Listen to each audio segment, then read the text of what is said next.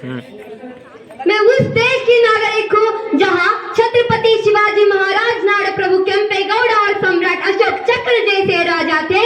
हाँ, मैं उस देश की नागरिक हूँ जहाँ हर 50 मील पर रूप, पहनावा, मजहब बदल जाता था।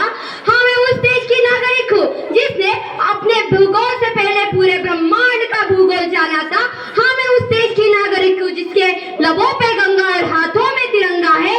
हाँ, मैं उस देश की नागरिक हूँ जो देश कभी सत्यम शिवम सुंदरम, कभी वंदे मातरम, कभी पंजाब सिंध गुजरात द्राविड़ उत्कल बंगा है, जो 7 समंदर पार परदेशियों को भी अपने ब्रदर्स एंड सिस्टर कर कर बुलाता है। यही प्रेम की पूज्य भूमि तो भारतवर्ष कहलाता है, भारतवर्ष कहलाता है।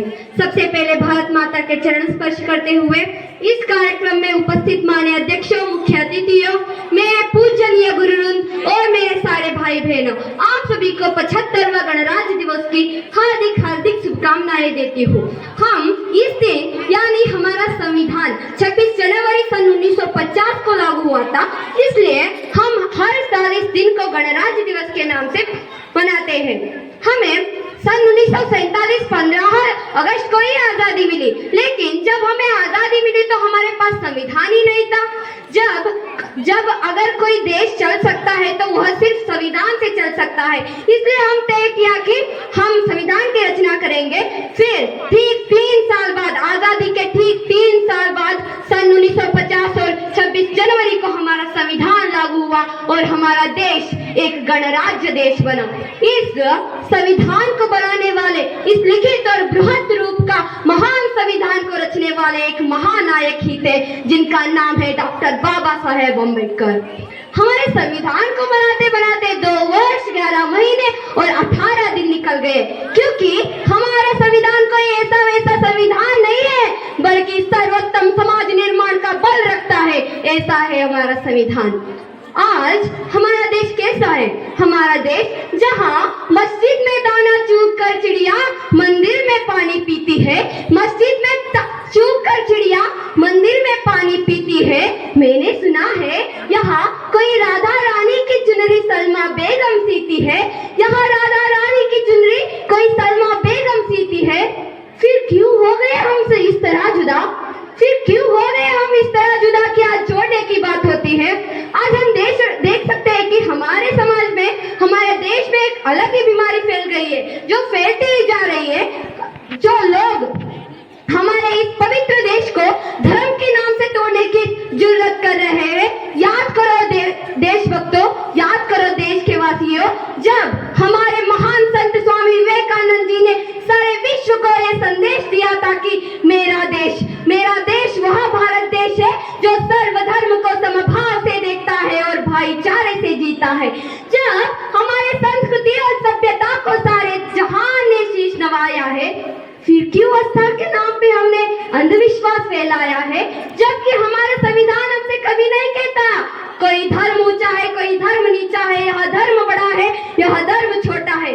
फिर क्यों हम अपना टाइम बर्बाद कर रहे हैं इस झगड़े में? बल्कि हम सोच सकते हैं कि पेड़, परिंदे और शाखाएं भी नाराज हो जाए, पेड़, पौधे और शाखाएं भी नाराज हो जाए, परिंदे भी हिंदू और मुसलमान हो जाए।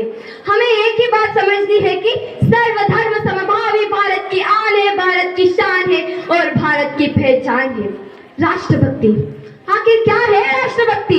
राष्ट्रभक्ति वो नहीं जो तुम अपने फेसबुक और व्हाट्सएप पर 3 रंगों से अपने देश का रंग लो, यह राष्ट्रभक्ति नहीं कहलाती। राष्ट्रभक्ति वो है जब माँ अपने बेटे को सरहद पर दुश्मन की धज्जियां उड़ाने के लिए भेज देती थी और पत्र लिखकर यहाँ कहा करती थी, अम्मा ने खत लिखा है बड़े ही चाव से, कि अम्मा ने खत लिखा है बड़े ही चाव से, पुत्र मेरे ना घबराना तुम, पुत्र मेरे ना घबराना तुम, 1 इंच भी ना पीछे हटना, चाहे इंच इंच हो जाना तुम, चाहे इंच इंच हो जाना तुम। यहाँ है राष्ट्रभक्ति, इस माँ में है राष्ट्रभक्ति, जो अपने माँ को, जो अपने बेटे के सिर पर हाथ रखकर यह आशीर्वाद देते हुए कहती है कि बेटा एक बात याद रखना, भारतीय परंपरा सीने पर गोली का नहीं है, पीठ पर नहीं। यहाँ है राष्ट्रभक्ति। राष्ट्रभक्ति वो है जब एक सरहद पर खड़ा जवान सारे 135 करोड़ लोगों की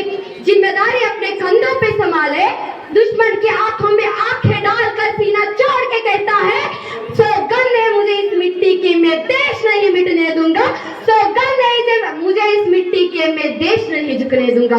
ये है राष्ट्रभक्ति जो हम 26 जनवरी और अगस्त 15 के दिन झंडे को लेके लहराए, ये राष्ट्रभक्ति नहीं कहलाती। मैं इस अवसर पर हमारे देश के जवानों के बारे में कुछ कहना चाहूंगी जो उनकी ही जज्बातें बयां करती है। हमारे देश के सैनिक कहते हैं, मैं दुश्मन से नहीं डरता, मैं भारत का जवान हूँ। मैं इन दुश्मनों से नहीं डरता, मैं भारत का जवान हूँ। मरुस्थल की रेत हूँ, मैं सियाचिन का आसमान हूँ। मैं जून की जलती रेत पे कहता हूँ कि आज सर्दी का मौसम है। मैं दिसंबर की ठंड पी के कहता हूँ कि आज गर्मी का मौसम है। मैं बर्फ में 9 दिन 10 में रहकर जिंदा निकलता हूँ। मैं बर्फ में 9 दिन 10 में रहकर जिंदा निकलता हूँ। सीने में ही अपने सांसों को तोड़कर भरता हूँ। मैं हिंद महासागर की लहरों के कपड़े बदलता हूँ। मैं 30 डिग्री पर भी राइफल तांग कर मैं तैरने निकलता हूँ। इन दुश्मनों की क्या औकात जब मैं कुदरत से नहीं डरता। मैं भारत का जवान हूँ, मैं इन दुश्मनों से नहीं डरता। यह है राष्ट्रभक्ति। आजादी हमारे पूर्वजों ने हमें किस लिए दी? इसलिए नहीं दी कि हम लोग दिन के 3 वक्त खाना पीना खा के 10 बजे और 12 बजे उठ के घूम फिर के मौज मजे करें, बल्कि इसलिए दिलाई कि हमारे पूर्वज, हमारे देश के महान संत स्वामी विवेकानंद हर समय यह कहा करते थे कि मेरे देश की प्रगति तभी सिद्धि है जब मेरे देश की युवा पीढ़ी जाग उठेंगे और इस देश के लिए शेरनियों की तरह काम करेंगे कि अब समय आ गया है आगे बढ़ने का, द पीपल ऑफ इंडिया वाला पन्ना पढ़ने का, और समझना होगा कि हमें जहां आजादी का मतलब सिर्फ फ्रीडम लिखा है वो सारे शब्दकोश व्यर्थ थे, क्योंकि आजादी के 1 या 2 मतलब नहीं, पूरे 135 करोड़ अर्थ थे, पूरे 35 करोड़ अर्थ थे। अब हमारे देश के युवा पीढ़ी को जगना होगा, धर्म पंथ की भेदभाव को तोड़ना होगा और इस भारत को विश्व गुरु भारत बनाना होगा। सबसे पहले तो हमें यह समझना होगा कि अगर तुम दिन के 24 घंटे बिस्तर पे लेटे फोन में वीडियो स्क्रॉल करते रह जाओगे तो देश की प्रगति नहीं होगी। देश की प्रगति तब होगी जब तुम कंधे से कंधे मिलाकर, हाथ से हाथ मिलाकर, हर कदम से कदम मिलाकर मेहनत से कमाओगे, तब देश की प्रगति होगी।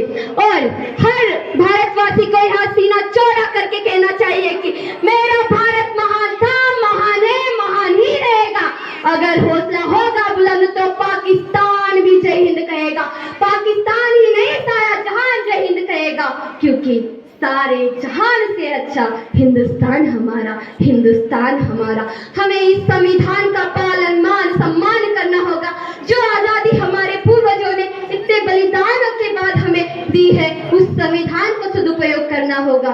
शायद अटल बिहारी वाजपेयी जी ने यह कहा था कि भारत कोई भूमि का टुकड़ा नहीं है, कि भारत कोई भूमि का टुकड़ा नहीं है, जीता जागता राष्ट्र पुरुष है।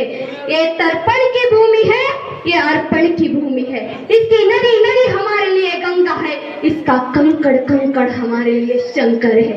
हम जिएंगे तो इस भारत के लिए और मरेंगे तो इस भारत के लिए, और मरने के बाद भी गंगा जल में बहती हुई हमारी अस्थियों को कोई कान भी लगा के सुनेगा तो ये की हवा जाएगी, भारत माता की जय, भारत माता की जय। इतना बोलकर अपना भाषण समाप्त करती हूँ।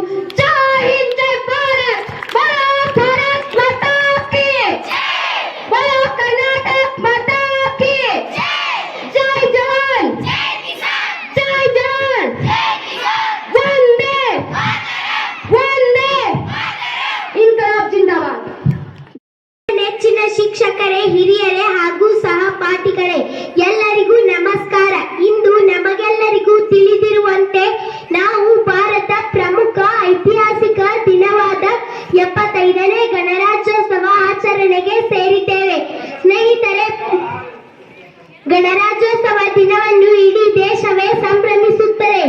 ಈ ದಿನವು ದೇಶ ಸ್ವಾತಂತ್ರ್ಯೋತ್ತರ ಗಣರಾಜ್ಯ ದೇಶವಾದ ಐತಿಹಾಸಿಕ ದಿನ ಮತ್ತು ಸಂವಿಧಾನ ಜಾರಿಗೆ ಬಂದ ದಿನವಾಗಿದೆ. 2024ನೇ ಇಸ್ವಿಯಲ್ಲಿರುವ ಭಾರತೀಯರಾದ ನಾವೆಲ್ಲರೂ ಇಂದು ಜನವರಿ 26ರಂದು 75ನೇ ಗಣರಾಜ್ಯೋತ್ಸವ ಆಚರಣೆಗೆ ಸಜ್ಜಾಗಿದ್ದೇವೆ. ಸ್ನೇಹಿತರೆ, ಪ್ರತಿ ವರ್ಷ ಜನವರಿ 26ರಂದು ಗಣರಾಜ್ಯೋತ್ಸವ ದಿನವನ್ನು ಭಾರತದಲ್ಲಿ ಆಚರಣೆ ಮಾಡುತ್ತೇವೆ. ಗಣರಾಜ್ ನಾನು ಭಾರತ ದೇಶದ ಒಬ್ಬ ಪ್ರಜೆಯಾಗಿರುವುದಕ್ಕೆ ಹೆಮ್ಮೆ ಪಡುತ್ತೇನೆ. ನಾವಿಂದು ಇಲ್ಲಿ ಸ್ವತಂತ್ರವಾಗಿ ಶಿಸ್ತಿನಿಂದ ಇದ್ದೇವೆ ಎಂದರೆ ಅದಕ್ಕೆ ಮೂಲ ಕಾರಣ ನಮ್ಮ ಸಂವಿಧಾನ. ನಾವು ಸಮಾನತೆಯಿಂದ ಎಲ್ಲ ವರ್ಗದ ಜನರು ಸಮಾನವಾಗಿ ಶಿಕ್ಷಣ ಕಲಿಯುತ್ತಿರುವುದೇ ಸಂವಿಧಾನ ಜಾರಿಗೆ ಬಂದಿದ್ದರಿಂದ ಸಂವಿಧಾನದ ರಚನೆಗೆ ರಚನಾ ಸಮಿತಿಯನ್ನು ನೇಮಿಸಲಾಗಿತ್ತು. ಈ ಶುಭ ದಿನದಂದು ಮತ್ತು ಐತಿಹಾಸಿಕ ದಿನದಂದು ನಮ್ಮ ದೇಶಕ್ಕೆ ಸ್ವಾತಂತ್ರ್ಯ ತರಲು ಹೋರಾಡಿದ ಮತ್ತು ಸಂವಿಧಾನವನ್ನು ಜಾರಿಗೆ ತರಲು ಶ್ರಮಿಸಿದ ಎಲ್ಲ ಮಹಾನ್ ವ್ಯಕ್ತಿಗಳಿಗೂ ಗೌರವವನ್ನು ಸಲ್ಲಿಸುತ್ತಾ ನನ್ನ 2 ಮಾತುಗಳನ್ನು ಮುಗಿಸುತ್ತೇನೆ. ಜೈ ಹಿಂದ್, ಜೈ ಭಾರತ್.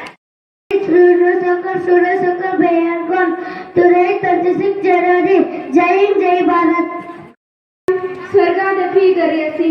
ಮಾತಿಗೆ ಮೊದಲು ವೇದಿಕೆ ಮೇಲೆ ಆಸೀನರಾದ ಸನ್ಮಾನ್ಯ ಅಧ್ಯಕ್ಷರೇ, ಮುಖ್ಯ ಅತಿಥಿಗಳೇ, ಪೂಜನೀಯ ಗುರುವೃಂದವೇ ಹಾಗೂ ನನ್ನ ಎಲ್ಲ ಸೋದರ ಸೋದರಿಯರಿಗೂ 75ನೇ ಗಣರಾಜ್ಯೋತ್ಸವದ ಹಾರ್ದಿಕ ಶುಭಾಶಯಗಳು. ಇಂದು ನಮ್ಮೆಲ್ಲರಿಗೂ ಗೊತ್ತಿರುವಂತೆ 1947 ಆಗಸ್ಟ್ 14ರ ಮಧ್ಯರಾತ್ರಿ ತಾಯಿ ಭಾರತಾಂಬೆ ಬ್ರಿಟಿಷರ ಸಂಕೋಲೆಯಿಂದ ಬಿಡುಗಡೆಯಾಗುತ್ತಾಳೆ. ಸ್ವಾತಂತ್ರ್ಯದ ನಂತರ ಹರಿದು ಹಂಚಿ ಹೋಗಿದ್ದ ಎಲ್ಲ ಸಂಸ್ಥಾನಗಳನ್ನು ಒಂದುಗೂಡಿಸಲು 1950 ಜನವರಿ 26ರಂದು ಡಾಕ್ಟರ್ BR ಅಂಬೇಡ್ಕರ್ ಅವರ ಅಧ್ಯಕ್ಷತೆಯಲ್ಲಿ ಸಂವಿಧಾನ ರಚನೆಯಾಯಿತು. ಈ ದಿನವನ್ನೇ ಗಣರಾಜ್ಯ ದಿನವನ್ನಾಗಿ ಆಚರಿಸುತ್ತಾರೆ. ನಮ್ಮದು ಹಸ್ತಪ್ರತಿಯ ಸಂವಿಧಾನವಾಗಿದ್ದು ಇದನ್ನು ಬರೆಯಲು 2 ವರ್ಷ 11 ತಿಂಗಳು 18 ದಿನಗಳು ತೆಗೆದುಕೊಳ್ಳಲಾಗಿತ್ತು. ನಮ್ಮದು ಅತ್ಯಂತ ದೊಡ್ಡ ಪ್ರಜಾಪ್ರಭುತ್ವ ರಾಷ್ಟ್ರವಾಗಿದೆ. ಇಂತಹ ನನ್ನ ಭಾರತ ದೇಶದ ಬಗ್ಗೆ ಹೇಳಲೇಬೇಕು. 29 ರಾಜ್ಯಗಳು, 9 ಕೇಂದ್ರಾಡಳಿತ ಪ್ರದೇಶಗಳು, ಸುಮಾರು 6400ಕ್ಕೂ ಮೇಲ್ಪಟ್ಟ ಜಾತಿಗಳು, 800ಕ್ಕೂ ಹೆಚ್ಚು ವಿಭಿನ್ನ ಭಾಷೆ ಬಳಸುವ ಹಲವು ಧರ್ಮಗಳು, 135 ಕೋಟಿ ಜನಸಂಖ್ಯೆ ಹೊಂದಿರುವ ವಿಶ್ವದ 2ನೇ ದೊಡ್ಡ ರಾಷ್ಟ್ರ. ಮಿಗಿಲಾಗಿ ಜಗತ್ತಿನ ಏಕೈಕ ಜಾತ್ಯತೀತ ರಾಷ್ಟ್ರ ಎಂದರೆ ಅದು ನನ್ನ ಭಾರತ. ಉತ್ತರದ ಹಿಮಾಲಯದಿಂದ ಪೂರ್ವದ ಗಂಗಾ ಕಣಿವೆವರೆಗೂ, ಪಶ್ಚಿಮದ ಥಾರ್ ಮರುಭೂಮಿಯಿಂದ ಪಶ್ಚಿಮದ ಗಂಗಾ ಕಣಿವೆವರೆಗೂ ಹಬ್ಬಿರುವ ಭಾರತ ವೈವಿಧ್ಯತೆಯಲ್ಲಿ ಐಕ್ಯತೆಯನ್ನು ಸಾಧಿಸಿ ತೋರಿಸಿದೆ. ಸುಮಾರು 2 ಶತಮಾನಗಳ ಕಾಲ ಬ್ರಿಟಿಷರ ದಾಸ್ಯದ ಸಂಕೋಲೆಯಲ್ಲಿದ್ದ ಭಾರತ ಸ್ವಾತಂತ್ರ್ಯದ ನಂತರ ಹಲವಾರು ಸವಾಲುಗಳನ್ನು ಎದುರಿಸುತ್ತಾ ಅಭಿವೃದ್ಧಿಯ ಪಥದತ್ತ ಸಾಗುತ್ತಲೇ ಇದೆ. ಸ್ವಾತಂತ್ರ್ಯದ ನಂತರ ಭಾರತ ಸಾಧಿಸಿದ ಸಾಧನೆಗಳು ಎಣಿಸಲಾಗದು ಸ್ನೇಹಿತರೆ, ಎಣಿಸಲಾಗದು. ನಾವು ಶಿಕ್ಷಣ ಕ್ಷೇತ್ರವನ್ನು ನೋಡೋದಾದರೆ ಭಾರತದಲ್ಲಿ ಮೊಟ್ಟ ಮೊದಲ ಬಾರಿಗೆ ಬ್ರಿಟಿಷರ ಕಾಲದಲ್ಲಿ 1872ರಲ್ಲಿ ನಡೆದ ಜನಗಣತಿ ಪ್ರಕಾರ ಭಾರತದ ಶಿಕ್ಷಿತರ ಸಂಖ್ಯೆ ಕೇವಲ 3.24ರಷ್ಟಿತ್ತು. ನಂತರ ಸ್ವಾತಂತ್ರ್ಯದ ನಂತರ 1951ರಲ್ಲಿ ನಡೆದ ಜನಗಣತಿ ಪ್ರಕಾರ ಸಾಕ್ಷರತಾ ಪ್ರಮಾಣ 75.6ರಷ್ಟಿತ್ತು. 1947ರಲ್ಲಿ ಕೇವಲ 5,000 ಶಾಲೆಗಳು, 400 ಕಾಲೇಜುಗಳು ಮತ್ತು 19 ವಿಶ್ವವಿದ್ಯಾಲಯಗಳಿದ್ದವು. ಆದರೆ ಇಂದು 15 ಲಕ್ಷ ಶಾಲೆಗಳು, 35,539 ಕಾಲೇಜುಗಳು, 751 ವಿಶ್ವವಿದ್ಯಾಲಯಗಳಿವೆ. ಈ ಅಂಕಿಅಂಶಗಳು ಸಾಕು 75 ವರ್ಷದಲ್ಲಿ ಶೈಕ್ಷಣಿಕ ಕ್ಷೇತ್ರದಲ್ಲಾದ ಬದಲಾವಣೆಯನ್ನು ತಿಳಿಯಲು. ಇನ್ನು ಆರ್ಥಿಕ ಕ್ಷೇತ್ರವನ್ನು ನೋಡೋದಾದರೆ ಭಾರತವು ಇಂದು ವಿಶ್ವದಲ್ಲಿ 6ನೇ ಅತಿ ದೊಡ್ಡ ಆರ್ಥಿಕತೆಯ ರಾಷ್ಟ್ರವಾಗಿದೆ. 1950-51ರಲ್ಲಿ 324 ಕೋಟಿ ರೂಪಾಯಿಗಳಿದ್ದ ಬಜೆಟ್ ಗಾತ್ರ ಇಂದು 32,84,000 ಕೋಟಿಗಳಿಗೆ ಏರಿದೆ. ಅಂದು 274 ರೂಪಾಯಿಗಳಿದ್ದ ತಲಾದಾಯ ಇಂದು 1,35,065ಕ್ಕೆ ಹೆಚ್ಚಿದೆ. ಅಂದು 70%ರಷ್ಟಿದ್ದ ಬಡತನದ ದರ ಇಂದು 21.1ರಷ್ಟಿದೆ. ಇನ್ನು ನಾವು ರಕ್ಷಣಾ ಕ್ಷೇತ್ರವನ್ನು ನೋಡೋದಾದರೆ ಭಾರತವು ವಿಶ್ವದಲ್ಲಿ 4ನೇ ಬಲಿಷ್ಠ ಭೂಸೇನೆ, ವಾಯುಸೇನೆ, ನೌಕಾಸೇನೆಯನ್ನು ಹೊಂದಿದೆ. ತನ್ನ GDPಯಲ್ಲಿ 8% ಖರ್ಚು ಮಾಡುತ್ತಿದೆ. 1948, 1955, 1971, 1999 4 ಬಾರಿ ಭಾರತದ ಮೇಲೆ ದಾಳಿ ಮಾಡಿದ ಕುತಂತ್ರಿ ಪಾಕಿಸ್ತಾನವನ್ನು ಭಾರತ ಹಿಮ್ಮೆಟ್ಟಿಸಿತ್ತು. 1962ರಲ್ಲಿ ಅನಿರೀಕ್ಷಿತವಾಗಿ ದಾಳಿ ಮಾಡಿದ ಚೀನಾ ಇಂದು ಭಾರತದ ಮೇಲೆ ದಾಳಿ ಮಾಡಲು ಯೋಚಿಸುವಂತಾಗಿದೆ. ಭಾರತೀಯ ಸೇನೆಯ ಧ್ಯೇಯವಾಕ್ಯ ಸೇವಾ ಪರಮೋ ಧರ್ಮ. ಇದರರ್ಥ ಸೇವೆಯ ಪ್ರಧಾನ ಕರ್ತವ್ಯ ಎಂಬುದಾಗಿದೆ. ಇನ್ನು ನಮ್ಮ ದೇಶದ ವೀರ ಯೋಧರು ತಮ್ಮ ಜೀವವನ್ನೇ ಮುಡಿಪಾಗಿಟ್ಟು ತಾಯಿ ಭಾರತಾಂಬೆಯ ರಕ್ಷಣೆ ಮಾಡುತ್ತಿದ್ದಾರೆ. ಅವರ ರಕ್ತದ ಕಣಕಣದಲ್ಲೂ ದೇಶ ರಕ್ಷಣೆಯ ಹುರುಪಿದೆ. ಭಾರತ ನನ್ನದು ಎನ್ನುವ ಒಂದೇ ಒಂದು ಉದಾತ್ತವಾದ ಗುರಿಯನ್ನಿಟ್ಟುಕೊಂಡು ಮುನ್ನಡೆಯುತ್ತಿದ್ದಾರೆ. ವೈವಿಧ್ಯತೆಯಲ್ಲಿ ಏಕತೆಯನ್ನು ಸಾರುವ ಸೈನಿಕರಿಗೆ ನನ್ನ ಕೋಟಿ ಕೋಟಿ ನಮನಗಳು. ಅಷ್ಟೇ ಅಲ್ಲದೆ ನಮ್ಮ ದೇಶದಲ್ಲಿ ಅನೇಕ ಮಹಾನ್ ಪುರುಷರಿದ್ದರು. ಅವರ ಹೋರಾಟ, ತ್ಯಾಗ, ಬಲಿದಾನಗಳಿಂದ ನಾವು ಇಷ್ಟು ನೆಮ್ಮದಿಯ ಜೀವನ ನಡೆಸುತ್ತಿದ್ದೇವೆ. ನಮ್ಮ ದೇಶದ ಪ್ರತಿಷ್ಠಿತ ಇಂಜಿನಿಯರಿಂಗ್ ಆಗಿದ್ದ ಸರ್ ಎಂ ವಿಶ್ವೇಶ್ವರಯ್ಯ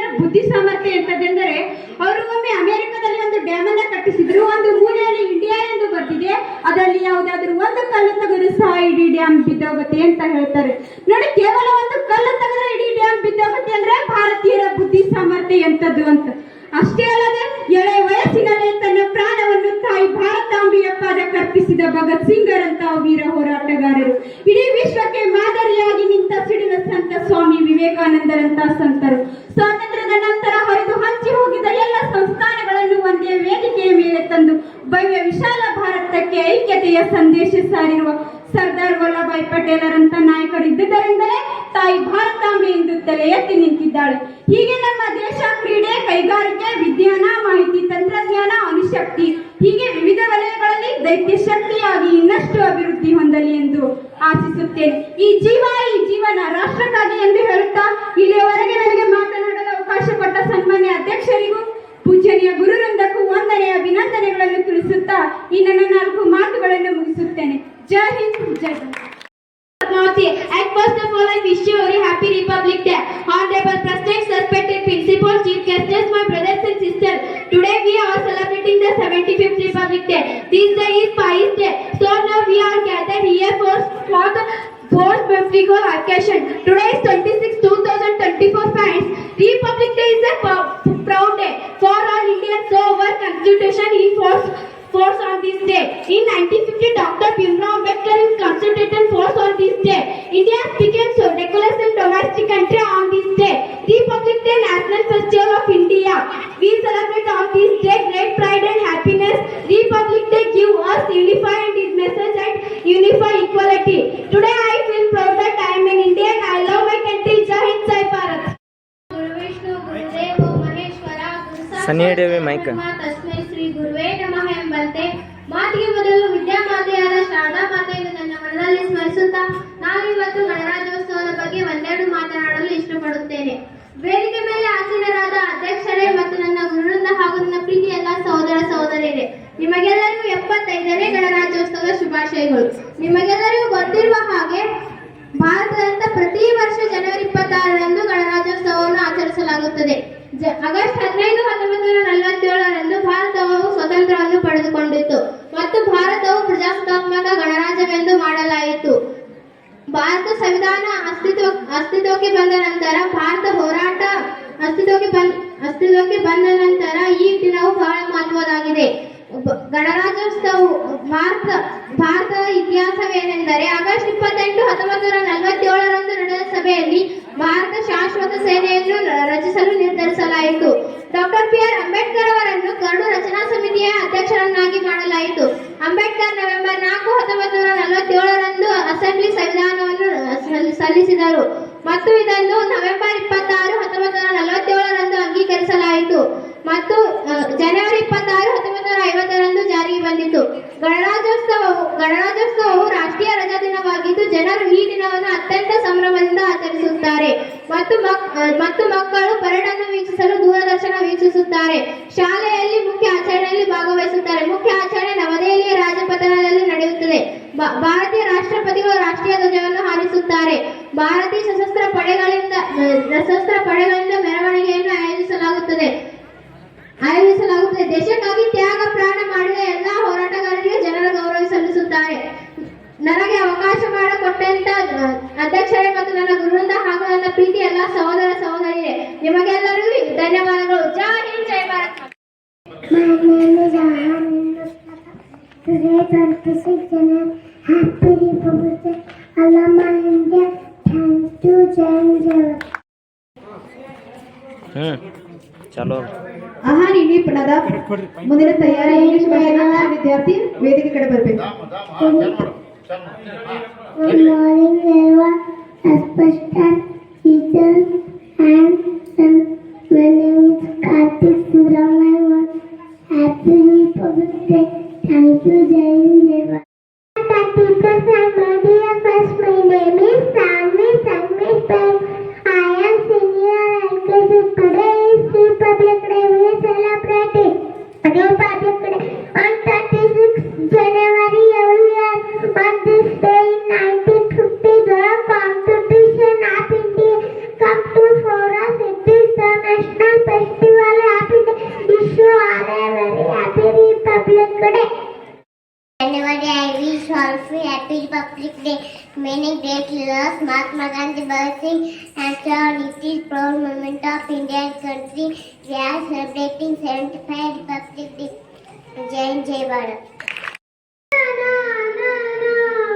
ಶ್ರೀಕಾರನೇ ಶ್ರೀನಿವಾಸನೇ ಶೇಷಾದ್ರಿ ಗಿರಿವಾಸ ಶ್ರೀರಮಣನೇ ಶ್ರೀಚಕ್ರ ಶ್ರೀಶಂಕ ಭೂಷಿತನೇ ಆತ್ಮಾಯ ದೇಹಾಯ ಆರಾಧನೆ ಆರಾಧನೆ ಕರಗರು ಬರುವ ಕಲಿಯುಗ ದೈವ ಪಾಪ ವಿನಾಶ ಲಘುಮಿಯ ಮನವ ಕುಲುಕುತ್ತಲಿರುವ ಶ್ರೀ ವೆಂಕಟೇಶ ಭದ್ರಾದಿ ರಾಮನು ಇವನೇ ಮಧುರಾಪುರ ಶ್ಯಾಮನು ಇವನೇ ಶರಣಾಗಿ ಬಂದರೆ ಕಾಯೋ ನೀಲಾಮಯ ನೀಲಾಮಯ ಶ್ರೀಕಾರನೇ ಶ್ರೀನಿವಾಸನೇ ಶೇಷಾದ್ರಿ ಗಿರಿವಾಸ ಶ್ರೀರಮಣನೇ ಶ್ರೀಚಕ್ರ ಶ್ರೀಶಂಕ ಭೂಷಿತನೇ ಆತ್ಮಾಯ ದೇವಾಯ ಆರಾಧನೆ ಆರಾಧನೆ. ಧನ್ಯವಾದಗಳು.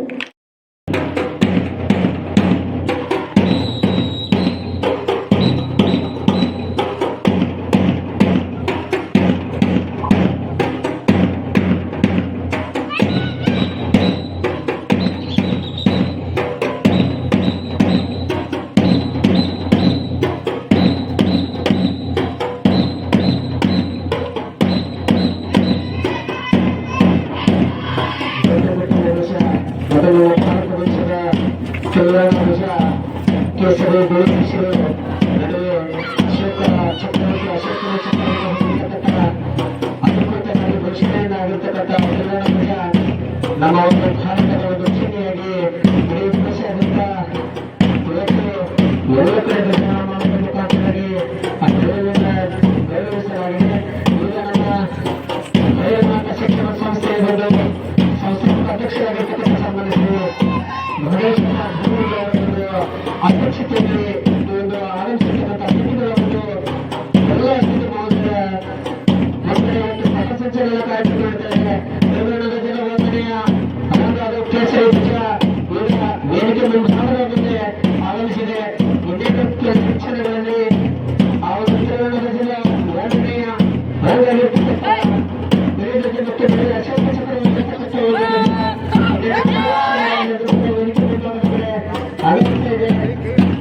ಮತ್ತು ಹಸಿರು ನಿಷ್ಠೆಯ ಒಂದು ರೈತರ ಅದ್ಭುತವಾಗಿರ್ತಕ್ಕಂತಹ ಒಂದು ರಚನೆ ಅದು ಕೂಡ ಈಗಾಗಲೇ ವೇದಿಕೆ ಮುಂದೆ ಬರ್ತದೆ. ತದನಂತರ ಹಸಿರು ನಿಶಾನೆ ಬಂದ ನಂತರ ಕೇಸರಿ ಹೆಸರು ನಡುವೆ ಅಶೋಕ ಚಕ್ರದ ಮುಂದೆ ಇರತಕ್ಕಂತಹ ಭಾರತದ ಅಧಿಕೃತವಾಗಿರ್ತಕ್ಕಂಥ ಒಂದು ದೇಶ ಅವರು ಕೂಡ ವೇದಿಕೆ ಮುಂಭಾಗದ ಒಂದು ಪಥಸಂಚಲನದ ಮುಖಾಂತರವಾಗಿ ಬರ್ತಾರೆ. ಅವರ ಜೊತೆಯಲ್ಲಿ ಭಾರತಾಂಬೆಯು ಕೂಡ ಇವತ್ತು ಈ ಒಂದು ಕಾರ್ಯಕ್ರಮಕ್ಕೆ ಸ್ವಾಗತಿಸ್ತಾ ಇದ್ದಾರೆ. ಅವರಿಗೂ ಕೂಡ ಹೃತ್ಪೂರ್ವಕವಾಗಿರ್ತಕ್ಕಂಥ ಸ್ವಾಗತ ಸುಸ್ವಾಗತವನ್ನು ಕೋರ್ತಾರೆ.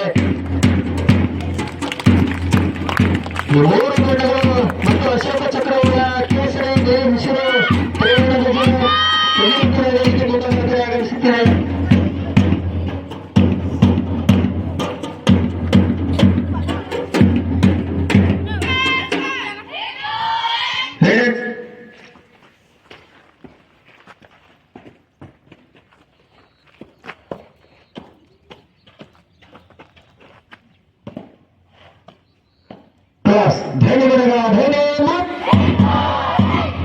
राष्ट्रीय ध्वजवंदन के लिए सर्वजगा सनियम जय।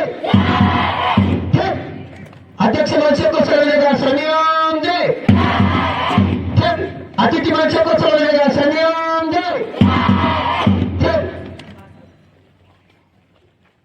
क्लास बेस क्लास सावधान क्लास बैटिंग एनर्जी